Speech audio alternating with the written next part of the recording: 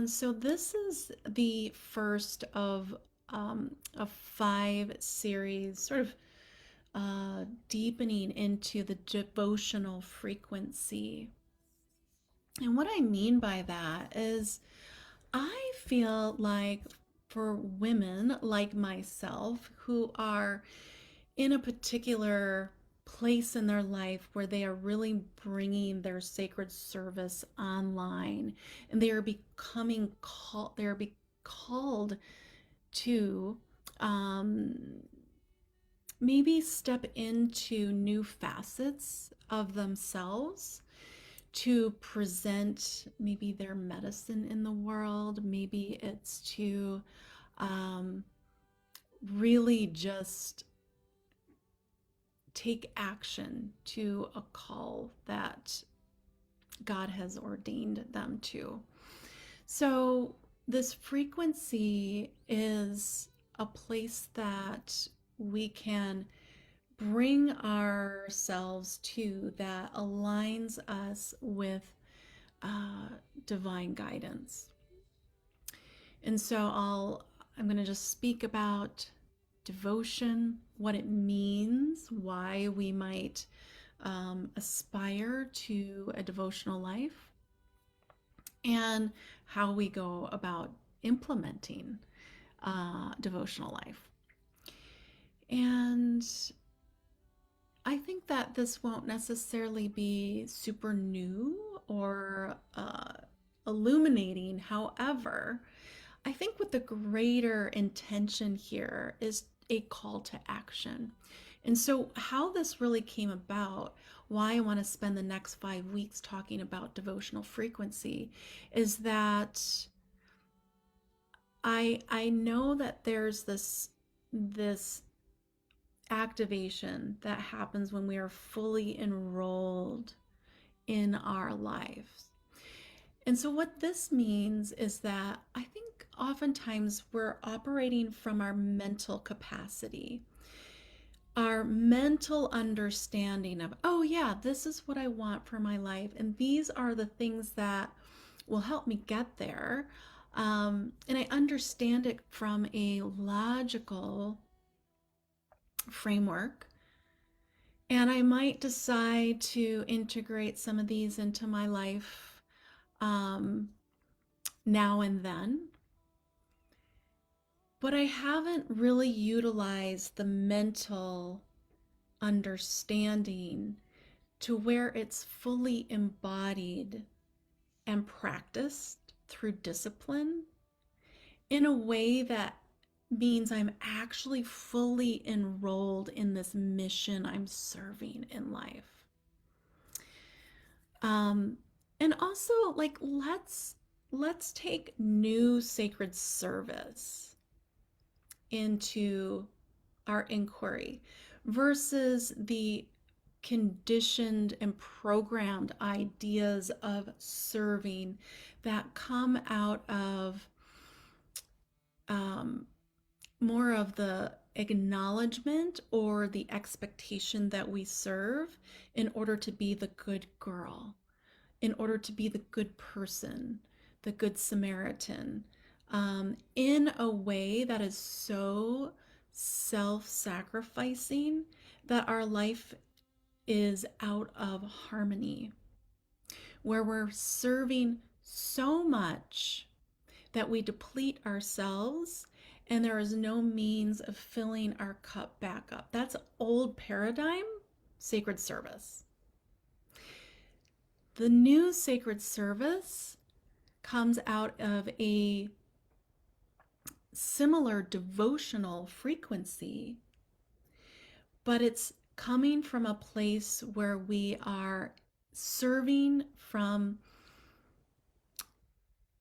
this idea that, not the idea, but like this knowing that we are loved by God and that we love ourselves enough to take care of ourselves so that we can serve from that full cup.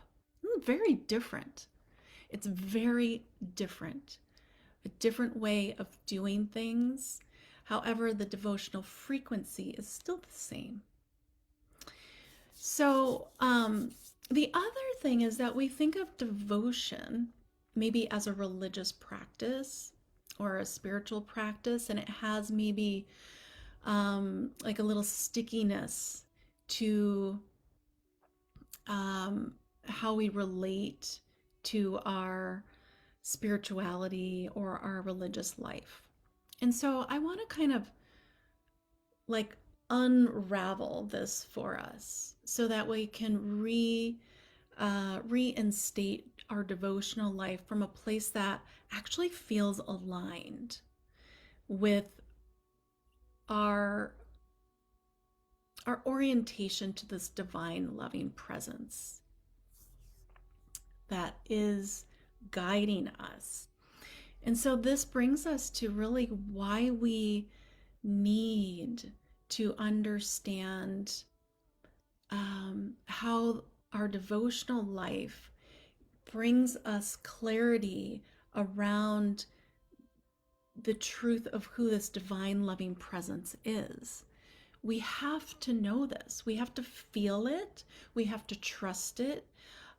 We have to explore it so that we can be really rooted and grounded in this knowing of, of what God is, what the divine loving presence is in our lives. Just as we know as an infant from being in the womb of our mother for 9 months, we know her heartbeat, we know her sound, we know her smell, we know her voice. This is the intimacy that is required of us to trust in divine guidance. And this trust in knowing comes out of a devotional practice, a devotional life. Okay, so I'm going to run down a few kind of bullet points here, and I hope that this will be supportive and encouraging to cultivate this in your life if you're feeling like it will be supportive. Okay, so let's define what devotion is. Devotion is really the building of intimacy with God that goes beyond our outer actions. It's a sincere inner commitment to aligning our thoughts, our words, and deeds with our spiritual values. So devotional life is an invitation for all of us. It doesn't matter what our religious orientation or background is. It doesn't matter what our spiritual orientation is. Other words for devotion are piety, worship, dedication, affection, or bhakti. So devotion, as I said, it still has kind of this programmed feel to it for some of us. So hopefully maybe you can, if like devotion has a little stickiness to it, we can think of it as bhakti. It's that like practice of love, and it's an affection, a growing affection for the divine. It's a sincere dedication. It's a worship. It's a worship. It's a praise of being in communion with the divine, and it's a beautiful quality of sort of taking the attention off of ourselves and putting it on to God. And I think that that's interesting, an interesting dynamic at play here, because so much of the spiritual life and messaging out right now is serving the self. And that is important. We have to know ourselves. We have to like get clear about what our heart's desires are. But in order to align ourselves with the resource of the divine, we just have to get clear around who God is in our lives. And so we have to take the attention off of ourselves in our daily devotional practices so that we can really merge with this God force. And there are several paths of devotion. So there can be knowledge, and I think that's one that we most probably um, gravitate towards, actually. We seek validation of our spiritual experience through science, and that's kind of fun. Like, I love that too. I love when science is proving what ancient, mystics and teachers and practitioners knew even up to 5,000 years ago. I love that. We can grow in knowledge of scriptures and spiritual practices through reading books. All of that knowledge is supportive, and it helps us to kind of tease out who God is. There's also the path of wisdom. This is sort of that inner knowing or learning about these beautiful insights and nuggets that bring us closer to understanding the truth of God. And this wisdom can be taught through, like I said, books or through gurus, our spiritual mentors, and also just through our own inner knowing of divine truth. There's so much within our body that is an oracle of the divine. And then another path is through contemplation and meditation. This is the path of maybe silence and stillness, reflection.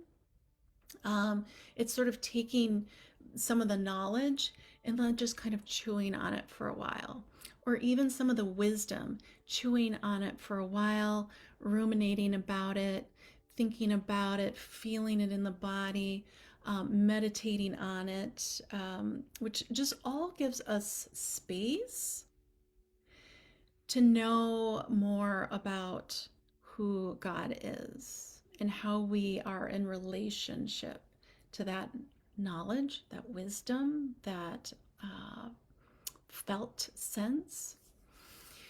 And then the last path that I have listed is selfless service. So sometimes we come to know God through sacred service, through selfless acts of kindness. And that can be where we really are feeling into the divine loving presence. So all of these four paths are great avenues that enrich us to who God is. They enrich our own understanding, and they can all be paths that really inspire us to know God more. And so, why are these paths important? Why is the frequency of divine an important frequency to resonate with? The benefit is that devotion leads to transformational growth. It leads to inner peace, and it brings us to a heightened sense of purpose. So these three things alone are pretty juicy, aren't they? Like, if you aren't sure, if you're on the fence, like, do I really want to commit to a daily practice? You will receive transformational growth, inner peace, and you will get clearer on your sacred purpose. So that excites me. And I would say that having had a regular, consistent practice since I was 11 years old, that has been very God in the center, but also exploring the edges beyond beyond that as well. I feel like it's always leading me back home, always leading me back to my baseline, always leading me back to truth, always recalibrating me back to my center. it always has helped me when I hear somebody say something else, or if I read something, it allows me the spaciousness to orient that knowledge or that information to the divine truth that I am fully embodied in. Um, and so I have that. I have that filtration system in a sense, or that beacon of light to kind of orient myself to the outer world. And it's just been an interesting noticing or witnessing of how a devotional practice or devotional life can support us when we're in this really wild spiritual journey, where we're the spiritual astronaut that loves to explore and experience and learn and grow. And we're taking in a lot of information all the time when we are on that particular journey. Um, and so, if that resonates with you, like if you're like me and you like to go on that, those pretty vast explorative journeys,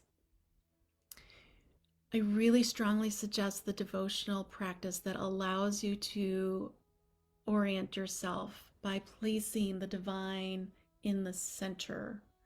Um, like if you think of the spiritual astronaut, it has direct communication with its home base, right? It needs that for its safety. It needs that for its accountability. It needs that for guidance. So just encourage this, with validation that that has been helpful in my own life. Okay.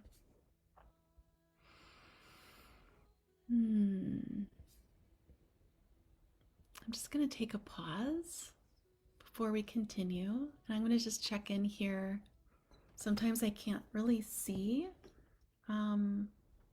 who's here or who's joining.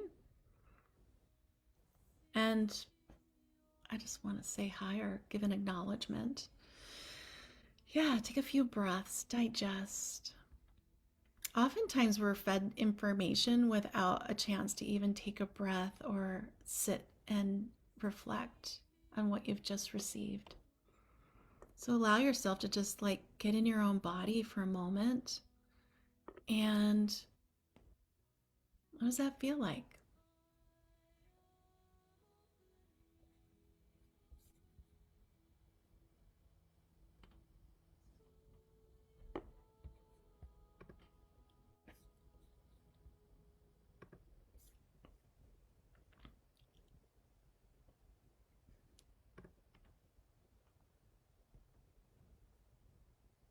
Okay, I guess I can't see Facebook right now. Okay, so moving on. Yeah. So for the remainder of like these bullet points, I'm going to have you soften the thinking mind, because I really don't want this to be what feels like an invitation um, do to do more tasking. Like this isn't a task you're invited into. This is a this is really an invitation that can only be accepted by the soul, a higher self. This is a true calling of the soul to be in devotional life. And so just be in the feeling of the mind heart center, this integration of the mind and the heart. And allow it to just sort of percolate in this integration in the body, this larger container of the body, so that you begin to notice, like if you're really being called to devotional life as a means to fully enroll in your sacred service and to unveil who God has created you to be in this lifetime, in this moment, in this season. And to reveal how you might deepen your connection to that divine loving presence so God can be in the center of all the decisions that you make in your sacred service, so that you can also better understand the gifts that you were given, so that God can really use you in life. Because everyone was created so that God can use you as its hands and feet to serve humanity. And so this is the first invitation is really to like receive yourself as this loved creation. You are loved. You have been loved into this life, into this incarnation, to be here for a purpose. And I think sometimes we skirt around that and say that your purpose, like, don't focus on that. And I feel like we need purpose in life. And we need to know that it is of God's like creation, to make sense of life and to have life be more fulfilling and serving in a capacity that's really healthy and supportive of where we're going as a human collective. Okay. So, how do we cultivate devotional life? So, the first invitation is that we are invited into commune. We are invited to commune with God, this loving divine presence. And I really think that, like, this is really open-ended. I'm not someone that defines God. I feel like God is undefinable. God is omnipresent. There is, I do believe, like a natural law, divine law that helps us understand like how life works and how we can know if it's a benevolent God, because we need to know that our guidance comes from a benevolent, loving God. And so we are, through this communion, abiding in God daily. Daily. Even if we start with 10 minutes, that is devotion. To get yourself oriented to God, even for 5 or 10 minutes every day, that is pretty devotional. A lot of us can't manage a daily, consistent practice.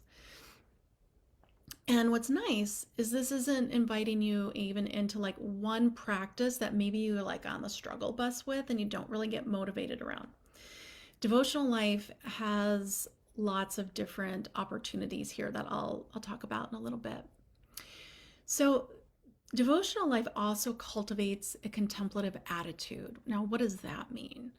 This is really like my jam. Like, as a priestess, I really love the opportunity to get to know this relationship with God through silence, stillness, solitude, and going slow. I notice oftentimes in spiritual containers, dang, they're so in the quantum that you can't like even digest or process or integrate, and you're like head is spinning. I don't know. Has anyone else ever had that experience? I feel like I'm in that a lot in spiritual containers. Like there's very little opportunity to allow the information to land. And so there's a little disharmony in how we approach our spiritual life if it's just super fast paced. And the quantum is not necessarily about like expanding time. Quantum should be about reorienting ourselves to the natural rhythms of life. And there's magic in there for sure. But we have to also be in our bodies if we're going to like operate within the quantum realms. So we have to know what the natural rhythms are because that is us. We are in our human being. And that's so important along the spiritual journey is not to forget that. Yeah. So I emphasize going slow because slow is the only way to learn how to orient ourselves to the divine. So I kind of just explained that. But I am putting a little emphasis on that. Like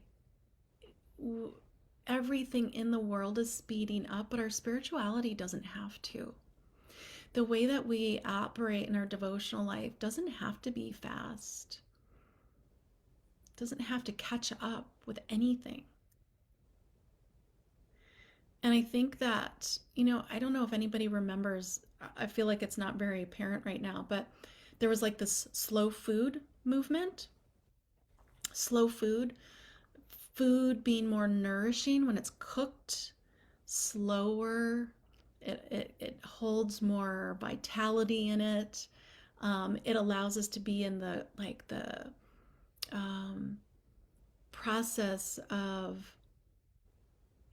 presence with our cooking, which then we can like instill our love and our intentions into our food.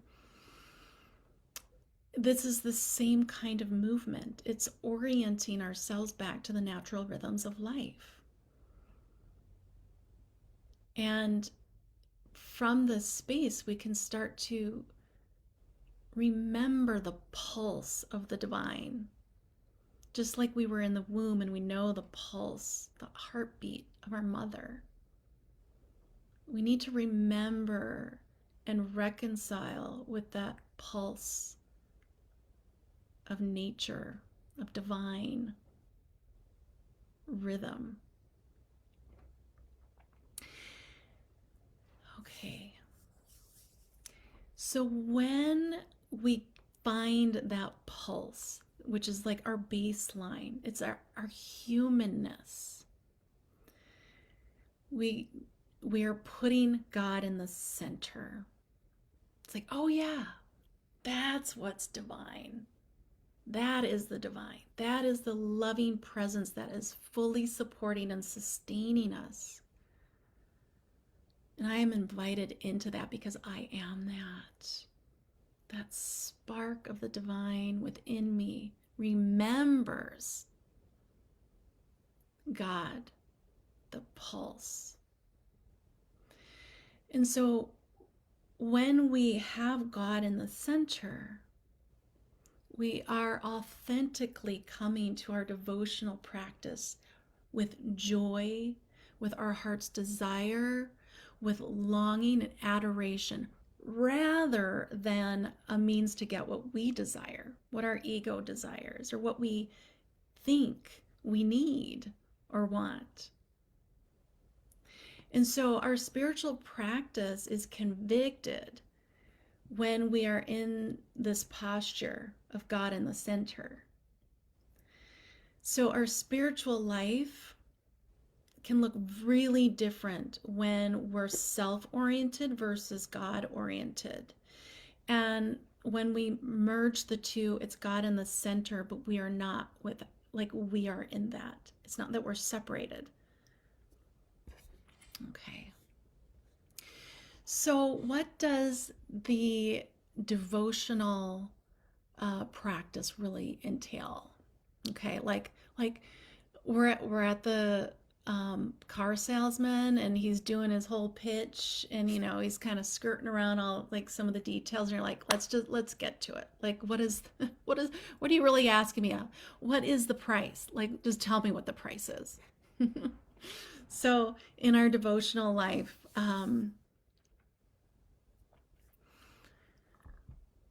we need discipline. I know.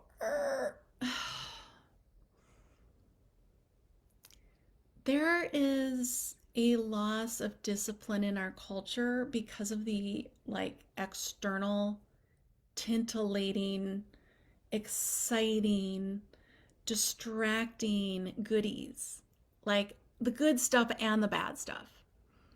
We are so gravitated towards our impulsive nature of, wanting to kind of like, ooh, look at this, ooh, look at that, that it really diminishes our capacity for discipline and focus. And when we build um, an ability to be disciplined in our life, that is what brings us to mastery. So it's pretty vital that we get serious about discipline, especially if you have a particular mission. And so, what does like discipline actually mean? And, you know, I think this word can land for some people, and maybe it's like a little like for others. So just soften around the word and like and maybe come up with some better terminology. I'm all for that. Like let's come up with new words. Um, so the discipline builds mastery, and what mastery allows us is that we are aligned, we are in full trust, we have faith, we are fully enrolled, and we are fully intimate in um, in our relationship to God. So this requires us to have constancy. It requires us to be authentic, and it requires us to have commitment. Um, so, how do we? This is just a really good self inquiry to take. Um, am I able to bring myself authentically to my devotional practice? So this doesn't mean that we have to have all the things put together in order for us to sit in our sacred space and feel good and inspired, and we don't, like, that's not authentic. We our devotion comes Our devotion is about coming to God through the discipline of like returning or coming to regardless of where we're at. Because some days we're just not going to want to. We're just not going to want to.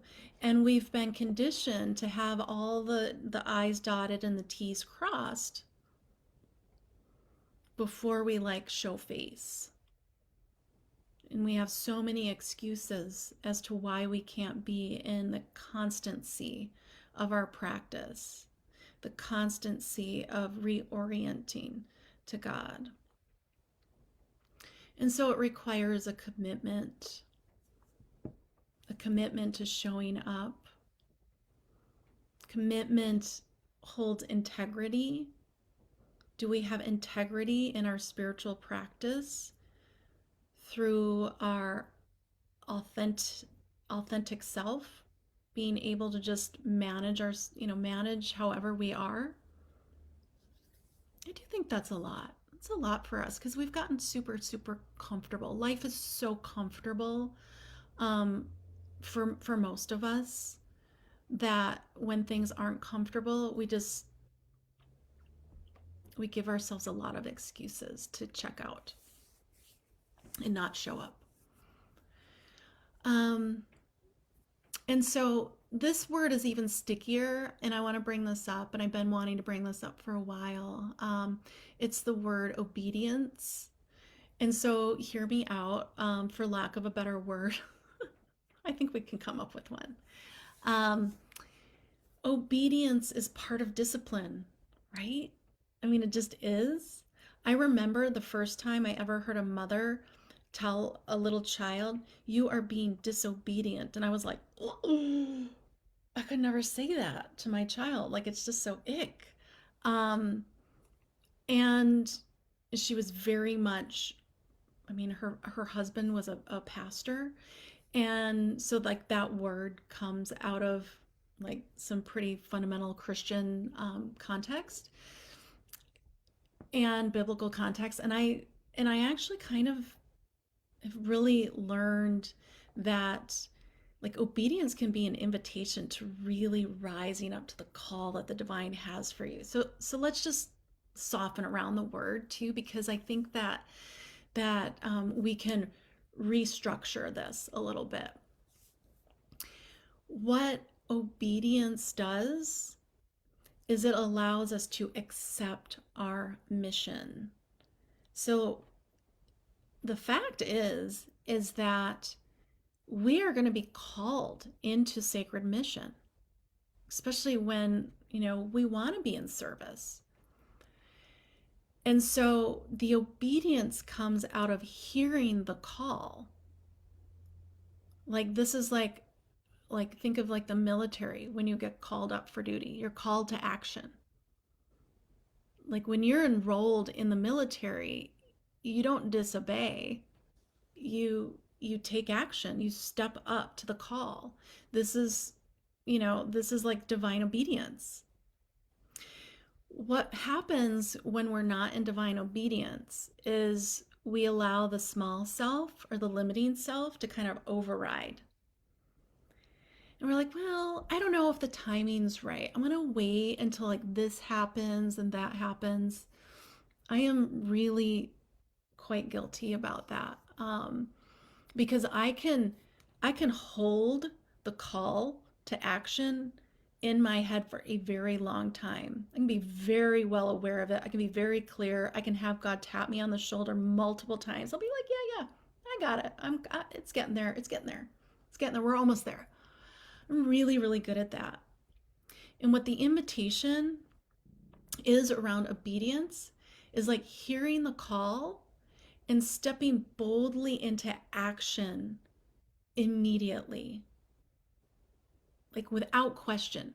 So going back to that being in full trust, faith, and fully enrolled, even if we're not sure of the outcome, or like even if it looks a little messy. Sometimes we just wait until like, we have the right messaging, until our voice is, healed and it feels comfortable for us to speak. God really does call us into action when we're not ready. And so we can either obey or disobey. And if we disobey, we lose opportunity to serve. And yeah, I'm just sharing because I think I'm definitely guilty of that. Yeah. Okay. So moving on from that. Let's talk a little bit about mastery and what that actually means or could mean for our life. Mastery, I like this. I like this idea. This picture feels good to me. It's when we're readying our temple so that we can have that direct divine guidance. And we allow ourselves to be directly guided by the divine. We are allowing ourselves to participate as co-collaborators in sacred mission.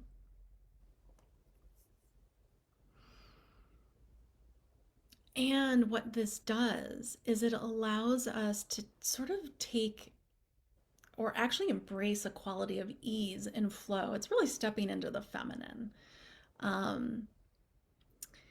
Because we can also lean into this divine loving presence.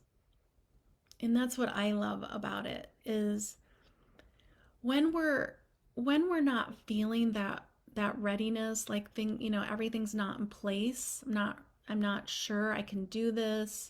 It feels uncomfortable. I don't know how it's gonna all work out. We have this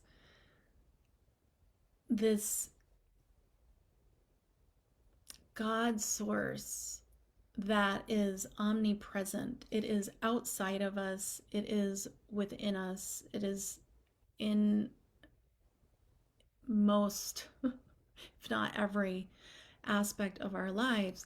And so sometimes it takes the pressure off of us having to figure everything out. And in sometimes in spiritual life, um, we get we get really elevated by the idea that we are divine and that we are managing it all because we are so in that power. I don't really always feel good in that space. I'm just speaking very personally about how I kind of orient in every, and I don't judge other people's orientations. For me, there are times when I just completely need to surrender and like lean into an outside divine source. Like I feel no power, I feel no motivation, I feel no direction, and it's just I'm struggling. Let me lean in. Let me just like let go of myself for a while. Let me let go of the striving, the doing, the need to have all the pieces figured out, to have all the practices and do it just the right way. That seems like so much work to do all the time. So like I fully embrace the idea that God is out here and God is in here, and I'm going to utilize these different multidimensionalities of God for when I need it, because that's how God supports me and sustains me. Um, yeah, so being obedient in a sense, I wish I could come up with a better word. Uh, I mean, it's discipline too. It's they're kind of one and the same. So let's call it discipline. So being disciplined and to take um, action steps into the unknown territory of our sacred service requires courage, the courage of the sacred warrior. And I love this. We can still not know all the pieces and step into our sacred warrior archetype because we trust in our mastery. We have cultivated the trust that God has provided the provisions needed to task our mission, and that our mission is clearly divinely ordained for us, for you. Like, and I love that. It's so personal. Every person so uniquely created.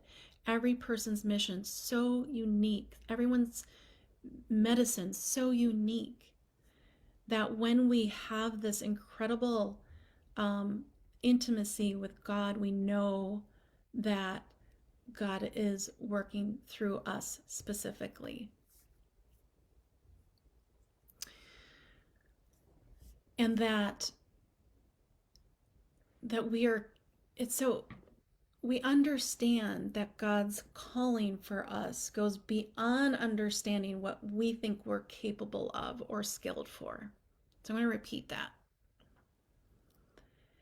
When we are in our mastery, we understand that God's calling for us goes beyond our understanding. Like, we may not know how it's all going to unfold because we oftentimes don't think we're capable or skilled enough. But God knows and provides. And so when we trust that, we're stepping into like a level of mastery.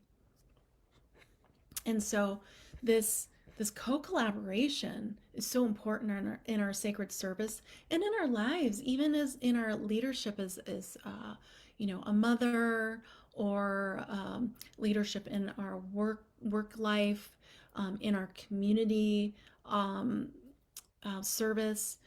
It's important that we hold this level of trust and intimacy so that we're bringing forward ourselves with a quality of mastery. I think it's definitely that mastery isn't perfection necessarily, because when you connect it to that divine loving presence, you're supported. When we're talking perfection, it's like from our own doing. When we're living from mastery, we're living from the trust of divine perfection. Like, God's using this imperfect person for this mission, and only God knows how it's all going to play out. Can we like trust in that mystery? And mystery is another word for the divine. So, yeah, let's take another breath here. Let's let that land. Just reminding yourself to allow the thinking mind to soften and come back into the heart, this integration of the heart mind. Inviting ourselves not to overthink or overanalyze. Just pulling any of the nuggets that really call to you. And maybe there's just one. Maybe it's even one word that's been spoken. And allowing that to just really awaken something in you that might inspire you or bring you closer to the divine, loving presence.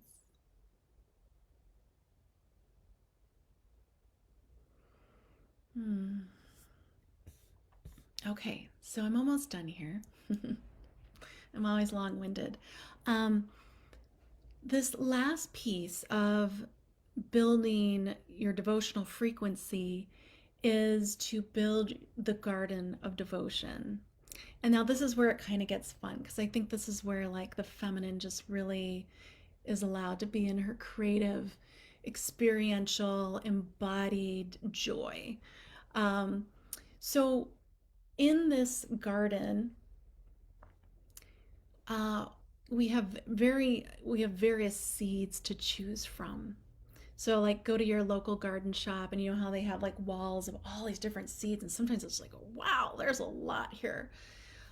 This is the beauty of devotional life, is that there are many seeds to choose from. So what are the seeds? The seeds are like chanting or singing, going on pilgrimage. That's prayer, it's art, it's acts of kindness. And there's more. There's more.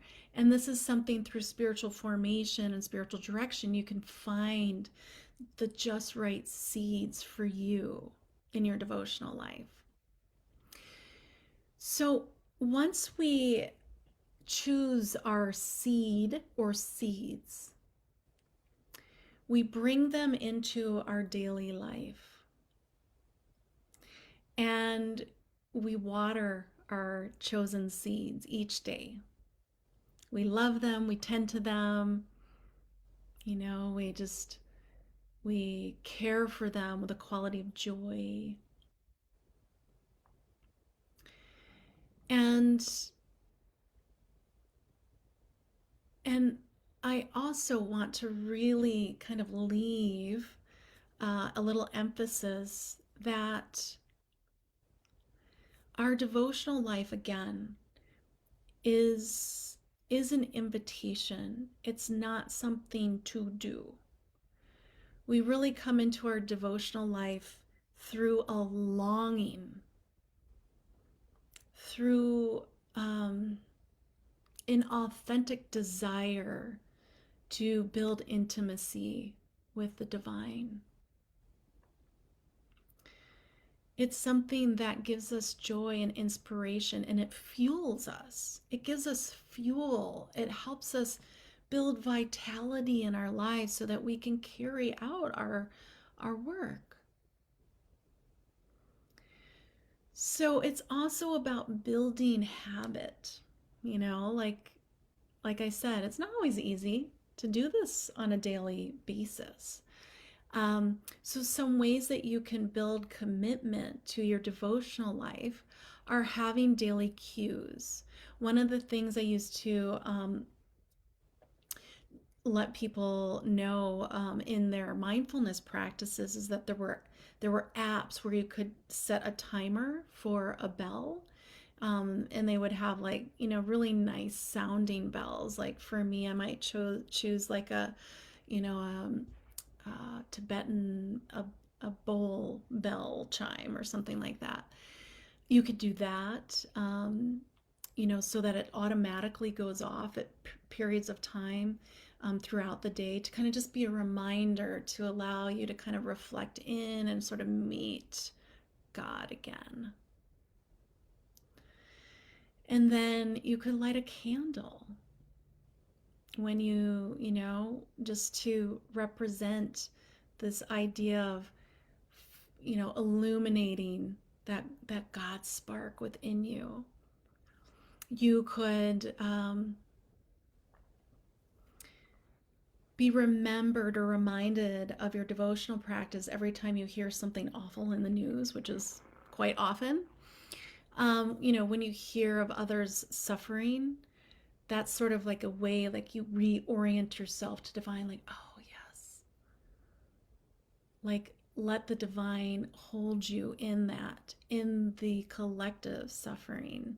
So allow these to be like reorientations and opportunities to merge with the divine presence. It can be like when you're like emotionally triggered, or even when you're in gratitude, come into prayer and praise and worship.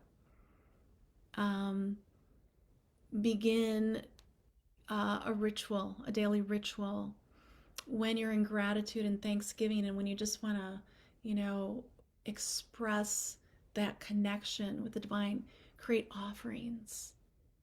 When you have your sacred space, or maybe you have an altar, leave an offering as a way of that symbol of co-collaboration. Increase your sacred pauses throughout the day, or implement a sacred pause in your day. Allow yourself to get quiet. So those are what I think are kind of the fundamentals of cultivating a devotional life and increasing that devotional frequency, which helps us get into our mastery through putting God in the center. That way we can be fully aligned to carry out our sacred service. So I hope that this will serve you well. And if you have any questions, I hope you know where to find me. You can message me here. You can message me privately. You can email me, lauren@sacredlivingarts.com. And yeah, I hope that you will just soak this in for a little bit. We have a whole week to integrate this before the next sort of topic within devotional life, where we'll just go a little deeper each week, and use your devotional life as really a foundation and platform for you to elevate yourself into your sacred work. So I'm sending you so much love.